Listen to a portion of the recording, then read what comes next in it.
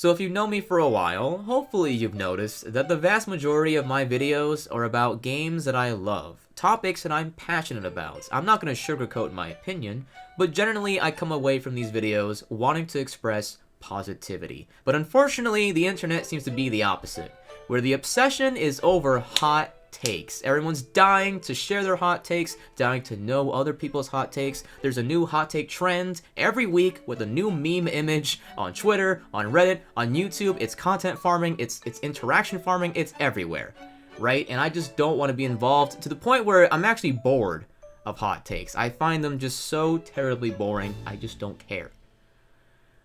Except for today, because today we are talking about Xenoblade hot takes. And why is that, despite everything I've said? That's because I am not so deeply involved in the Xenoblade community. Generally, what I see are opinions that, yeah, I kind of already expect that.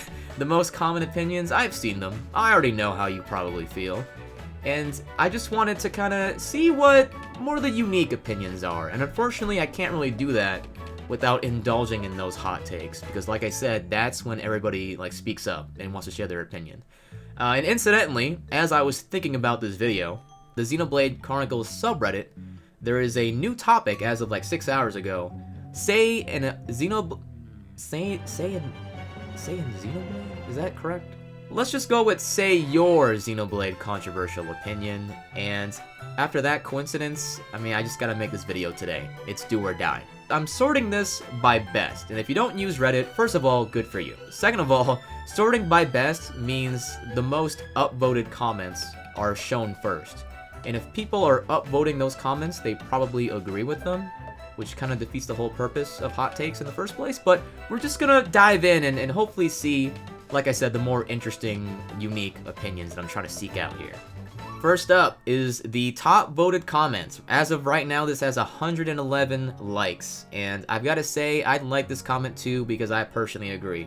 Xenoblade 1's areas are too big, with not enough interesting features within them. A lot of areas have room for stuff, but generally only have crystal deposits. At least there's a handful of chests to find. 2 and 3 are much more interesting due to chests, field skills, ladders, ropes, and Piranhas hooks. I completely agree. If you've watched my other Xenoblade videos, you already know this. I want to draw attention to my Xenoblade Trilogy ranked video. That video deserves more views, please. I uploaded it at 11 PM Eastern for a stupid reason, but in that video, I make a clear distinction between best world and best exploration. Bionis and Mechonis at war, to me, you're not gonna beat that. I don't see any Xenoblade game topping that. So that's why I gave that category to Xenoblade 1. But when it came to best exploration and side quests, that's when I start to agree with this person. Xenoblade 1's world is open world level size, but it doesn't have open world level content. Like Xenoblade 2, for example, doesn't have open world level content, but the size of those levels are lesser, right? They're more dense, they're more compact. Xenoblade 3 does have a huge world, and I would say its content is nearing that open world level, so it's a lot more interesting in Xenoblade 3 to interact with. I really like this comment.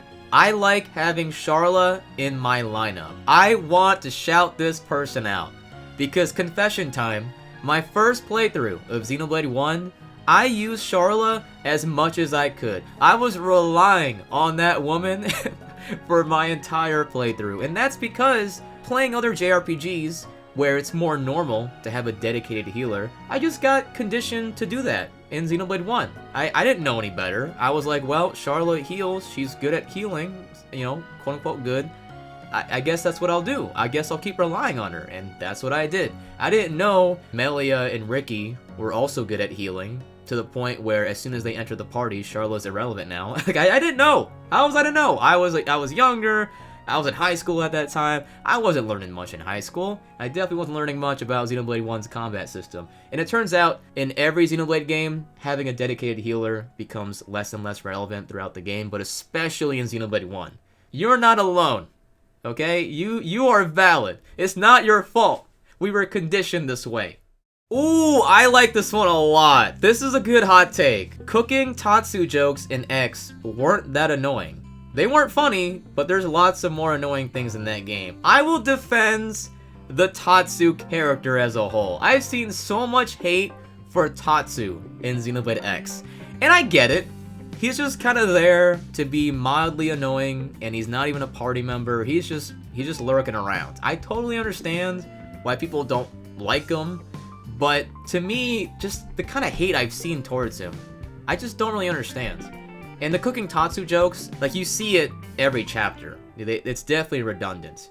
Now, they didn't really specify the more annoying things in the game, but I just appreciate this person just kind of defending Tatsu. Like, not really, but I'm gonna use your comment as my excuse. Tatsu's okay. Just, he's alright. Not offensive to me. He's alright, you know? This is not a hot take, but you guys probably know that I disagree. No one should ever recommend 3 as a good starting point for the series. 1 and 2 are interchangeable, but 3 should always be played after its predecessors. Absolute baloney, okay? When you have fans, very vocal fans, who complain about 3 not connecting to 1 and 2 as much as they wanted to, that's probably a good sign that you could start off with 3. I'm just saying, like, there's that crowd. You'll find them, you'll see them, who will complain about they wish Future Redeemed was what 3 was in the base game. You can't have that, but also not have 3 being a good starting point. Any of the Xenoblade games is a good starting point. It's just, you know, more dedicated Xenoblade fans, they insist that you should get these references, you should do this and that. Not a hot take, but I think it's a ridiculous take. It's a very self-indulgent, pretentious Xenoblade fan typical opinion. Speaking of Future Redeemed, I got more questions than answers from Future Redeemed. Now the story of Xenoblade 3 straight up doesn't make sense to me. This is a hot take. Future Redeemed was vastly beloved. I did kind of agree at first. Future Redeemed didn't explicitly answer certain things. They leave you wondering, that's for sure. They want you to think about it. Now, I don't agree with the fact that the story of Xenoblade 3 doesn't make sense. I don't know where that came from. They didn't specify what questions they had, so I can't really defend Xenoblade 3 making sense. It makes sense to me. I don't know how Future Redeemed changed that. It makes sense to me whether or not Future Redeemed existed.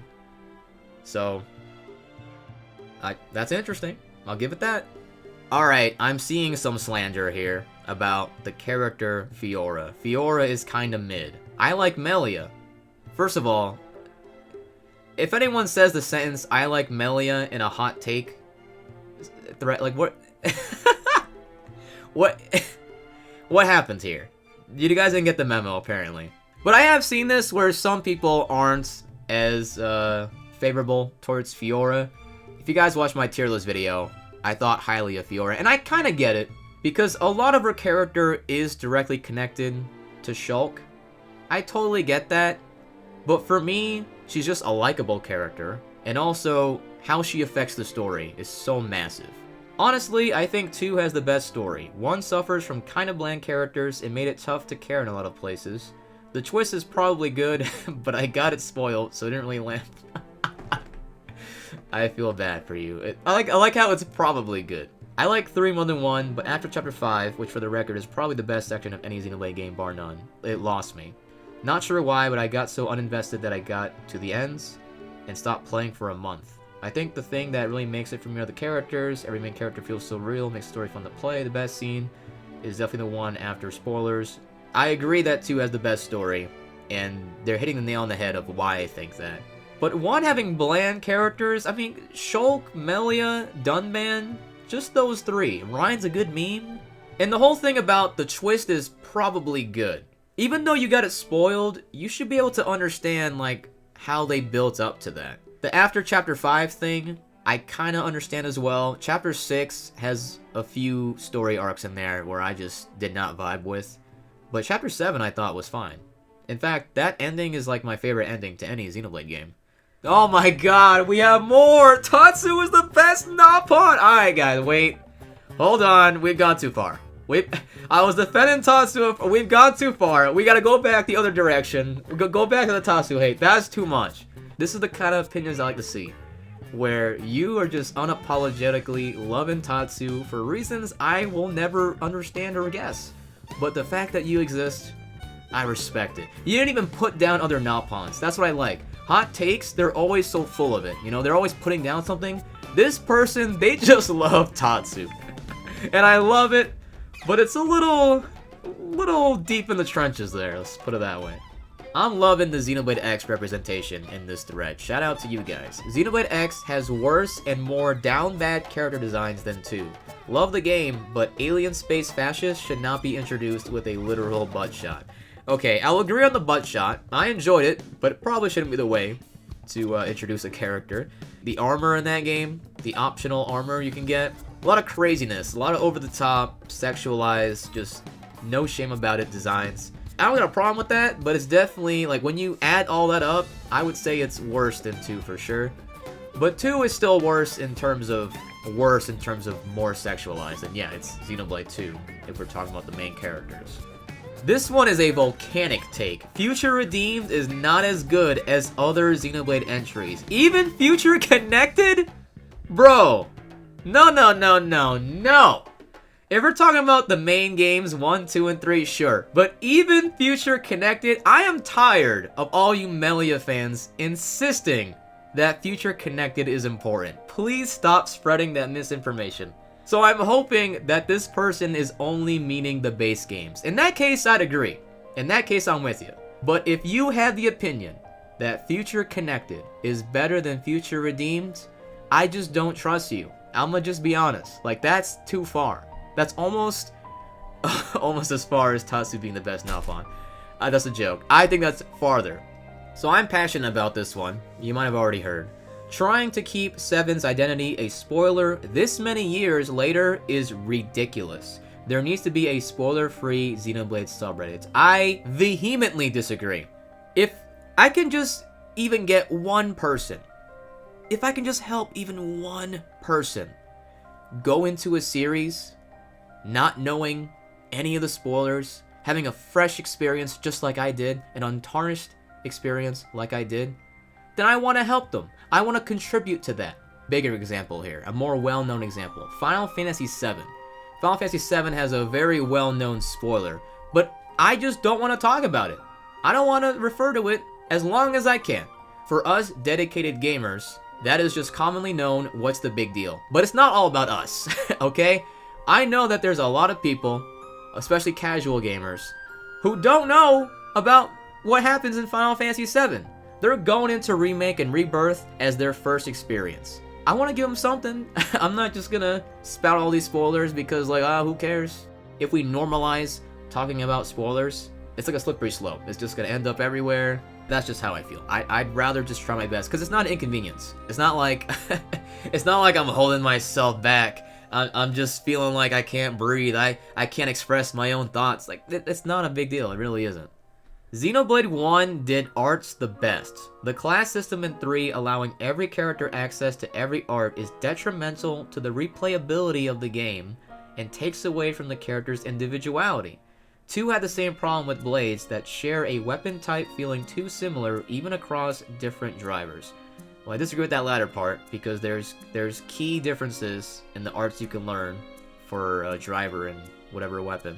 I do agree in the sense that it takes away from the character's individuality, like the main party of 3, but even then, they clearly have their own different strengths. You're not gonna really use every class with every one of those characters. No, you're probably gonna use those classes and associate them as a result with whoever does them the best, right? So that's still, even though it's not complete individuality, you're still associating that class with that character.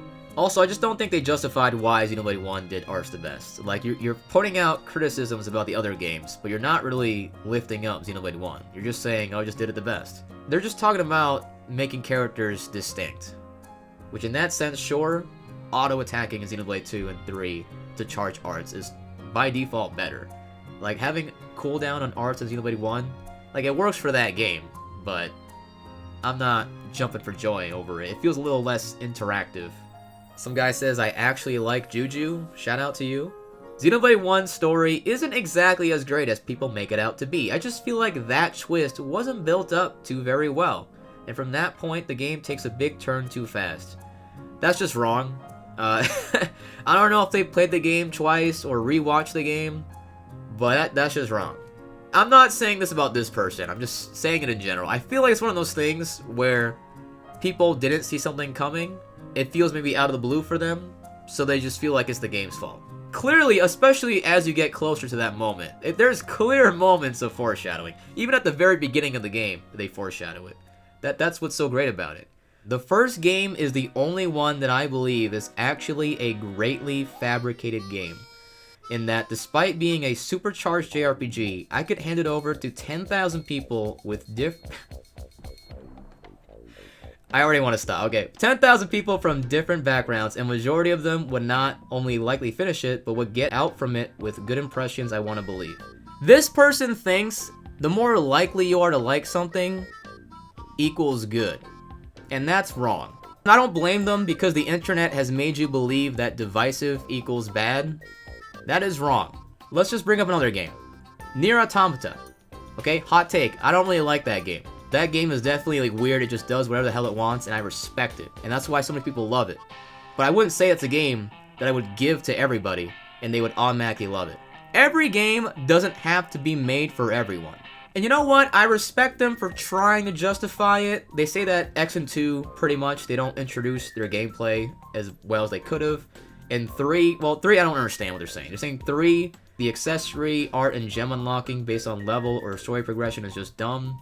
Ouroboros control is also locked to AI until one point in the story. Okay, that's cool if you think that, but to call that polarizing, I've never seen anybody complain about that. I'm not saying nobody does. But that is like such a specific low-level complaint, and you want to frame that as polarizing? And that first paragraph is wrong anyway, because they go to say, it doesn't go too wild with stat or mechanical intricacies. That is wrong. I have watched a lot of Xenoblade 1 playthroughs, as well as just basing it on myself. I have seen a lot of playthroughs where they don't know why they're losing against the Hyentia while using the Monado. They don't understand why. There's also certain boss fights that are dumb, that you have to really do some BS for. The spike mechanic, like, there's BS in Xenoblade 1 as well. All of these games have their own, like, detailed things. I say 1 and 3 are the most beginner-friendly, but, like, if that's solely what you're basing this whole comment on to entail what a greatly fabricated game is, I don't know, man. They gotta do a little better than that. I like at the end they say, I want to clarify that the original is, ironically, my least preferred entry. I like to try to embellish it a little bit, but I still think you're being really dumb. Like, this is, like, such a bad take. It's so bad. I love this one. I cannot stand looking at Rex and his family anymore. I get it that they are hot, but seriously, nobody seems to care even slightly about other characters when they are just as important, if not more, than Rex's family.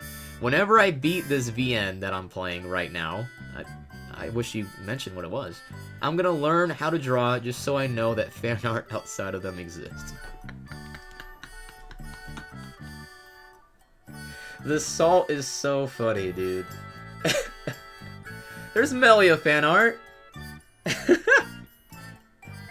This salt is so funny.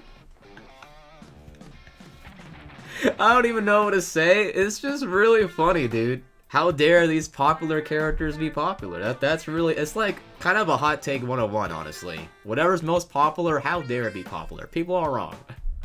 So this time I want to sort by most controversial, which in theory should lead us to the actual hot takes. Ooh, look at this one. X gameplay is fun, and flying around in a scale is still unmatched, but the story is such complete and utter nonsense that it doesn't deserve a remake or a sequel, and should instead remain a glorified a glorified tech demo on a dead platform to help develop the institutional knowledge that the developers could use to build some actual good games. Man, having a good story is very integral in any game, guys. You gotta have a really good story. You have to. Especially in a game that's gameplay driven, you have to. I do see a few comments trying to explain why they don't like Xenoblade 2 or Xenoblade X, and it's just like, guys, it's Xenoblade controversial opinions. Maybe you're young, maybe you haven't been a fan for that long, but every Xenoblade game is divisive except for Xenoblade 1, because that was the first one. That's the fact. That's how it is, guys. Ooh, okay, I kinda like this one. Not that I agree with it, but I do think it's interesting. Xenoblade 3 is completely unnecessary as a sequel, and makes the series worse as a whole. 1 and 2 had more than satisfying conclusions, and 3 just muddles the water. The reason why I find this interesting is that people usually want Xenoblade 3 to be more of a sequel, while this person is saying, why be a sequel at all, basically. And honestly, I kind of agree with that. I was wanting Xenoblade 3 to just be its original game at first, and I'm happy with what it is now. Now, we don't know what Xenoblade 4 is going to be. We don't know if that means they're not going to continue with the worlds they established in 3, so I think that one we might have to just wait and see in terms of quote-unquote necessary as a sequel. I want to end on this comment. That's not necessarily a hot take, but it is a less represented take. And that's Pandoria and Bridget have the best designs from Xenoblade 2.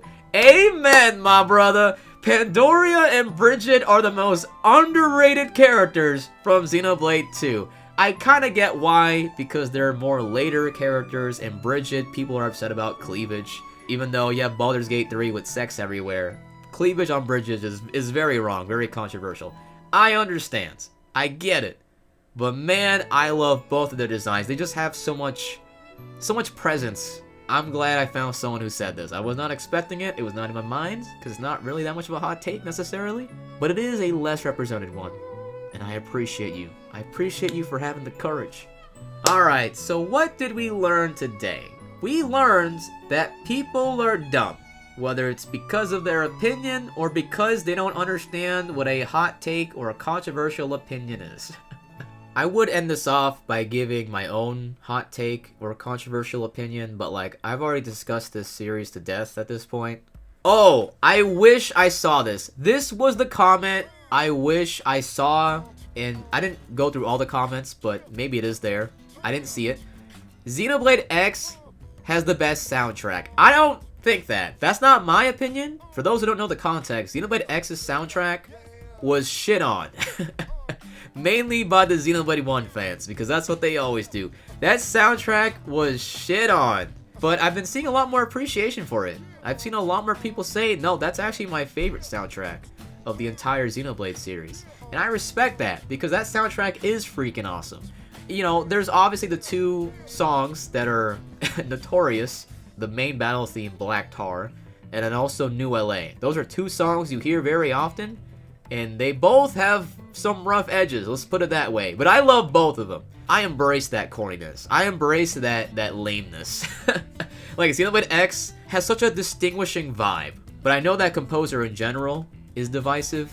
I've seen some people who like irrationally hate his work, and I don't get that. The unique monster theme, aka the tyrant theme, Uncontrollable, top 5 Xenoblade songs. Hands down. Such good music. I was hoping to see that here, so I just wanted to mention that. There we go. Not my sincere take, but I feel like it should at least be acknowledged. I see you. I appreciate you. Definitely not the type of video that I want to do more of.